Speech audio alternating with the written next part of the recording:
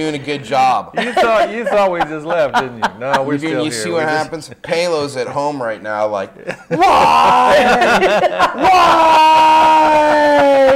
Because you won't go see a doctor. That's why. There you go. Yeah. All right, get up and make an appointment to see a doctor, or I don't know if he advertises on the station or not, but I go see what's his name, Brandon Forrester. Yeah. That chiropractor. Yeah. He's a big dude. He can manhandle me really good. He fixes my back all the time. So Palo. What he's talking about is Joe Palo, our director. Call him. Laying home in bed with a back problem. So. Yeah, he is. There you go. But anyway, we're back at 7:16, 65 degrees as we begin the beautiful weekend. And of course, we always begin the weekend with Lights, Camera, Cleveland. And Rob Alderman is here, our resident movie guru. I don't know where, listen, I know most of you would prefer to see Ryan. I was going to say this. Last week when I was on here by myself and I had Bag Puppet Ryan. Right. I got, later that day, Ryan asked me, like, how did it go? And I was like... He didn't watch. It went over poorly.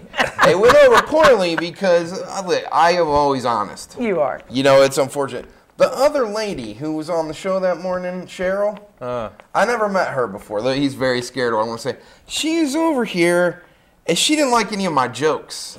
And so the problem is I had Ryan as a bag puppet over here hanging out, and every time I'd look at her, she was like... and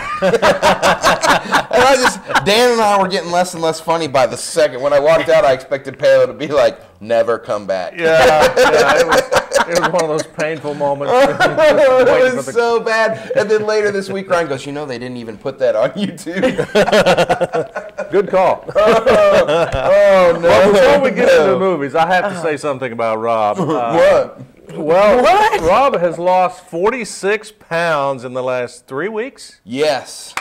That is just, and that's why I brought the cake. If you want to go on YouTube and check it out, you can see big, huge, fat, disgusting me. Now I'm a little bit smaller, disgusting me. No. How are you feeling? I feel good. Wow. I feel really, really good. And at some point, I guess we're going to come on here with my doctors that have helped me get to this point. I've been on a special physician prescribed diet. Yeah. In fact, the same one Joe was on. Yeah, you've seen Joe Palo, 65 pounds. Yeah, 65 pounds for Joe.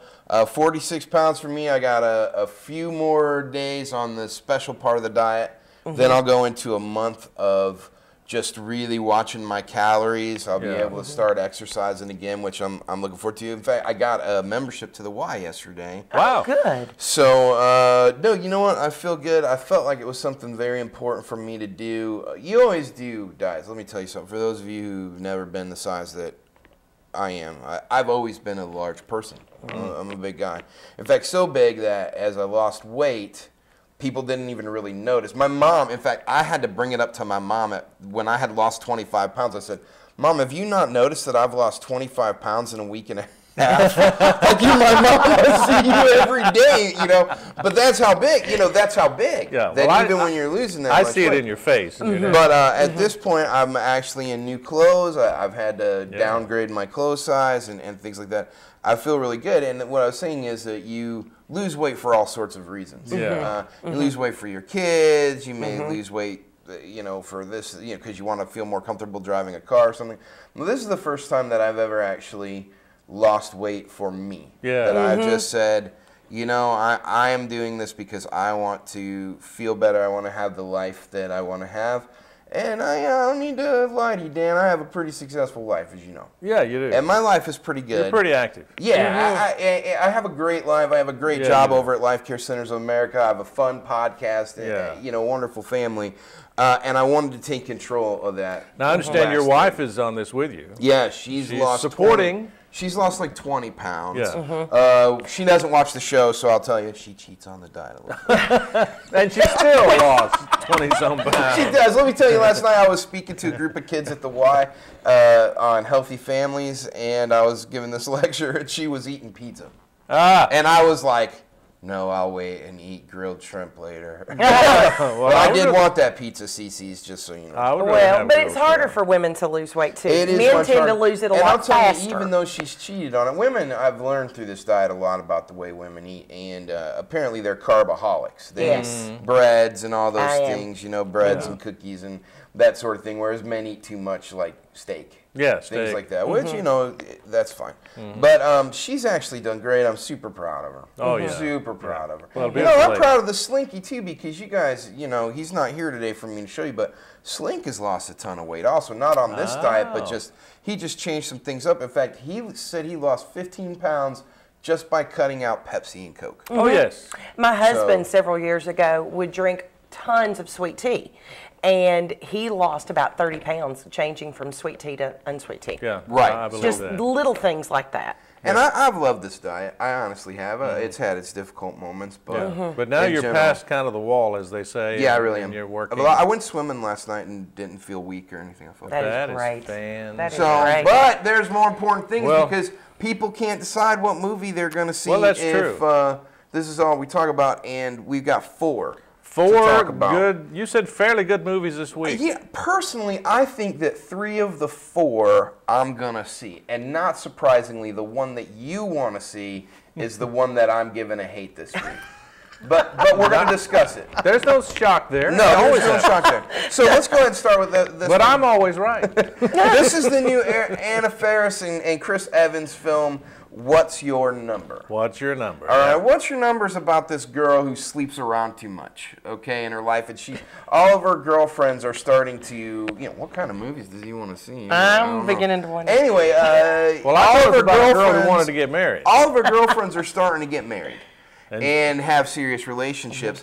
And at some point, they're sitting around having some sort of girly night, and they read this statistic that says women who have been with 20 or more men are very likely not to find a true, lasting relationship. And apparently, she's been with a lot more than 20. Oh. Okay. So at the same time this is happening to her, she's trying to track down all her exes to figure out what went wrong, and that's kind of the What's Your Number is sort of a play on words for the number boyfriend they were. This is boyfriend number 1, boyfriend number 10, that sort of thing.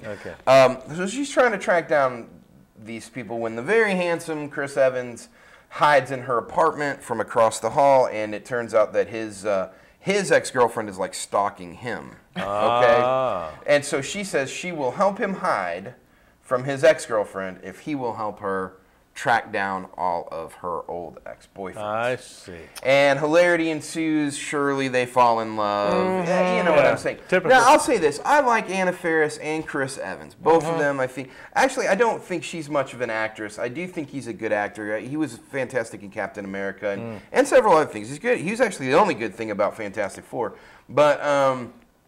But she is not so much an actress as she is just sort of a cute thing to look at. She's not super duper hot, but she's sort of just cute. And the film reminds me of those films like Clueless.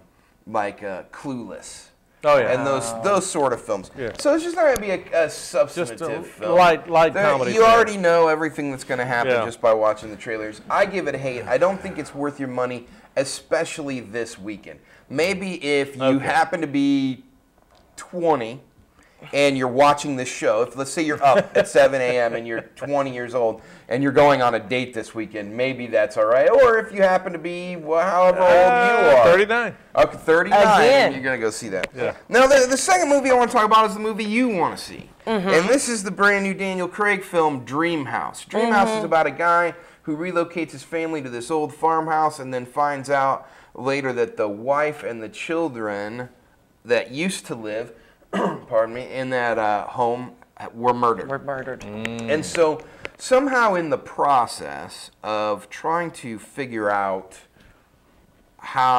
why did people believe that the husband murdered these people. And he's, of course, got a wife and 2 girls, so it's all very similar. And the further he gets into it, he starts learning that apparently whatever happened to the husband was more terrifying than what happened to the children. Now, this film is interesting because the trailers are so bad. Okay? The trailers for it really aren't very good. Have you seen Shutter Island? No, I did not see that. I don't watch horror films. Let me say to everyone out there, if you missed this film last year, it stars Leonardo DiCaprio, you need to see this film. Everybody should. It's a horror film, but not typical horror. Leonardo DiCaprio did a film last year called Shutter Island, and I believe that this film is reminiscent of that. And that film was an absolute horrific masterpiece, okay? And I'm not a big horror film guy. See, and I'm not either, but this one really looked interesting. This film looks interesting in that It looks to me, at least in the trailers, like Daniel Craig may be uncertain if he was the husband that killed the people before. And that he's maybe trying to figure out who he is. And so I'm very intrigued by this film. I'm going to go see it. I'm going to go see it in the theaters. I'm giving it a great. Everybody involved with the film is good. All the producers have released quality work. I won't go see that. Which I'm going to. No, have you noticed Daniel Craig since he became 007, James Bond? He's got a slew of He's really new trying roles. to be legitimate. Here's the thing. Over in England, he's already huge. Is he? All right, Daniel Craig is already a very huge actor over there, and the people love him. Yeah. This makes me move to the next one, and this is the one that's going to set Cleveland ablaze. Everybody's going to go see this film. They are? Everybody is going to see this film. This is called Courageous. Courageous. All right, now you haven't heard of Don't know Courageous about this, no. yet. You haven't heard of it yet, but you're going to. This is from the makers of the film Fireproof. Okay. Oh, yeah, the church down in Georgia that has a film department. Interestingly enough, when I was at Lee University, I dated a girl who goes to that church. Really? Yeah, and I got to go down and be part of their production set when they were just starting to get used to making films. This is the church that has been working really hard at making high-grade, quality Christian films. Yeah, they take it like a ministry that they have. They really do, and these are high-budget films starring real actors. They get the soundtracks are for real, the editing is for real, but with Christian family values. And when I say Christian, I mean these are Christian films. Yeah. Okay. Overtly. Now, this new film, I believe, looks like it's going to be their best one yet. Really? This is the story of a police officer who somehow gets laid off or let go from his job, and like most police officers, firemen, public servants, Rob, Dan, you know, it's about the men who serve their communities and how their families struggle as a result. And how their kids don't get enough time with them. And it really becomes a story of mentoring and mentorship. And in the Christian community right now, that's a huge topic. This is real life thing. Is how come our young men aren't growing into men? Okay? How come our boys aren't becoming men?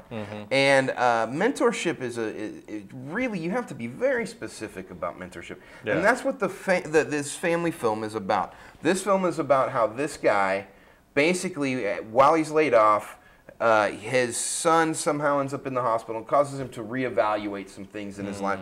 And so he forms a pact with the other men in his life that they will mentor the young men around them and raise them into men. So now this film, in addition to having great values, looks awesome. I was watching the trailer and it just gave me chills, and not just because I'm a Christian, but because I think the subject matter is right for anybody, whether they're a Christian or they aren't a Christian. The production values are there, the soundtrack looks phenomenal, and the acting chops look really good. So you're going to want to run out and see Courageous. We got a minute and a half left, so go see Courageous. 50-50. This is the last film I want to talk about because this is the big one. This is the one I'm actually going to go see tonight. It's called 50-50. It stars Joseph Gordon-Levitt and Seth Rogen. Nobody could be hotter than these two guys right now. Seth Rogen is at the top of his game. Joey Gordon-Levitt is at the top of his game. You'll remember Joey Gordon-Levitt from Inception. He, of course, stole the show in that. You'll remember Seth Rogen from everything that's funny lately, including Green Hornet. You know, this is a story and based on a true story of a guy that gets cancer. And his best friend that helps him through the cancer time in his saw life. the trailer. Apparently it's attractive to women. And I will tell you this. This film, they just released new trailers. They just released the third trailer for this film. And this film is going to be one of those everything films. You might as well go ahead and prepare some of the Oscar nominations for this film. This is going to be the film that reminds us that Joey Gordon-Levitt is a good actor, and it's going to remind us that Seth Rogen has a heart. It's a true buddy film. It's about guys that are overcoming adversity. You're going to want to go see it. Okay, so go see Courageous for sure. Courageous for sure. 50-50 you're going to want to see for sure. And, you know, we're a little bit split on the others. I think Dreamhouse is going to be good. Well, you just changed my mind on what's your number. So what's the story? We got 1 minute. Are we supposed to? This is birthday. We're going to cut. Cake. Yeah, we're going to cut this. We're going to cut this cake. Happy birthday oh no! to you. Oh no! I thought we was going to get through this show without that. Oh my goodness, Rob. To you. As we go to black. Happy birthday. It's been great being with you this morning. Hope you have a Mr. great, Daniel. have a great weekend. This guy is Happy nuts. birthday We'll see you on Monday. Goodbye. to you.